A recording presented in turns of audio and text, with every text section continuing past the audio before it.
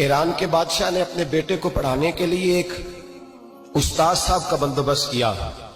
उस्ताद साहब को कहा कि मेरे बच्चे को दीन पढ़ाइए, मैं चाहता हूं कल इसने इनाने हुकूमत को संभालना है तो ये दीन से आगाह हो जाए, इसको कुछ सिखाइए, पढ़ाइए। बहुत नेक बुजुर्ग बड़े दरवेश आलिम पढ़ाने लगे। असबाब मुकम्मल हो गए, दीन के असबाब कुरान मजीद पढ़ाया, अहादीस तैयबा का दर्स दिया, उसूल फिक़ह से रूशनास कराया। जब बच्चे ने मुकम्मल तालीम हासिल कर ली और आमीन हो गई, दस्तार हो गई, फारिग हो गए, तो फिर एक दिन उस्ताद साहब ने कहा बेटे कल तुमने जरूर आना है, कुछ बात करनी है। शहजादा गया मिलने उस्ताद साहब से। उस्ताद साहब ने कुंडी लगा ली, हाथ में दुर्रा पकड़ लिया, मार मार के पूरे वजूद को जख्मी कर दिया। कोई गलती नहीं, कोई बात नहीं, मारा।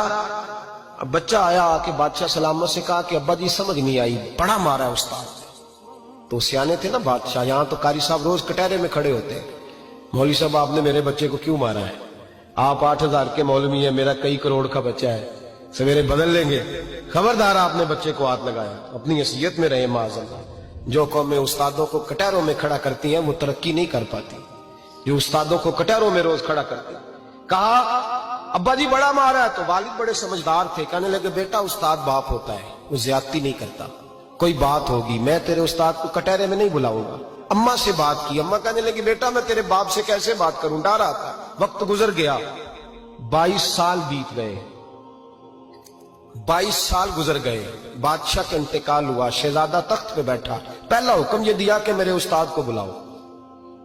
पहला हुक्म। उस्ताद जी बूढ़े हो गए थे, छड़ी के ऊपर टेक लगा के आए और भवें सफेद होके झुक गई थी।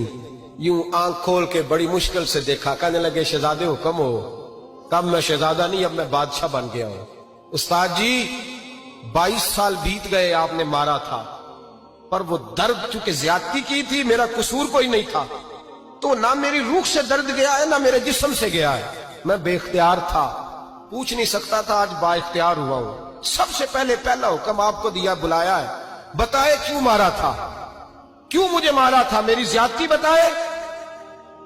तो उस्ताद, बूढ़े उस्ताद की आंखें आंसुओं से भर गई।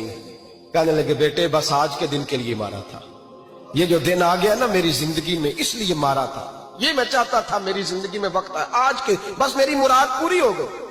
कहा साहब किस लिए, मुझे भी समझाए। आप फरमाने लगे कितनी देर हो गई तुझे मार खाए हुए, कितना जमाना बीत गया। कहने लगा 22 साल। पर मैं जख्म भूले तो नहीं, दर्द खत्म तो नहीं हुई, तुम्हें बात एक मिनट के लिए भी तुम्हारे हाफजे से महव तो नहीं हुई। का उस्ताद जी रोज रात को याद आती, रोज ख्याल आता था। उस्ताद कहने लगे भाई तू बेख्तियार था, पूछ नहीं सका, 22 साल तुझे याद रहा, मुझे पता था तू एक दिन हुक्मरान बनेगा, मैंने तुझे इसलिए मारा था कि बेटे याद रखना, किसी पे जुल्म न करना। अगर तुझे 22 साल तक याद रहा है तो जिस पर तू जुल्म करेगा उसे भी कयामत तक याद रहेगा।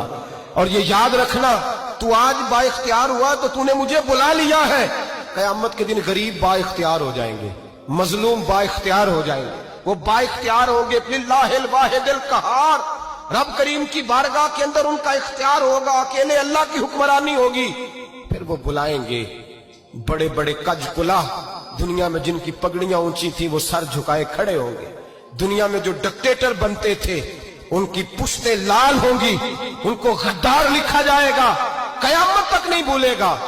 जुल्म करना तो सोच समझ के करना, इतना करना जितना तुम सह सकते हो, इतनी ज्यादती करना जितनी कयामत में तुम बर्दाश्त कर सकते हो। मेरे नबी करीम सल्लल्लाहु अलैहि वसल्लम ने फरमाया जुल्म से बचो, ये कयामत के अंधेरों में से एक अंधेरा होगा। जिंदगी में ज्यादती न करें, अगर थोड़ी देर के लिए कोई चीज बर्दाश्त कर जाएंगे तो वो फायदा दे जाएगी, कुछ देर के लिए अगर सह जाएंगे तो नफा मिल जाएगा। सहने की कोशिश करें।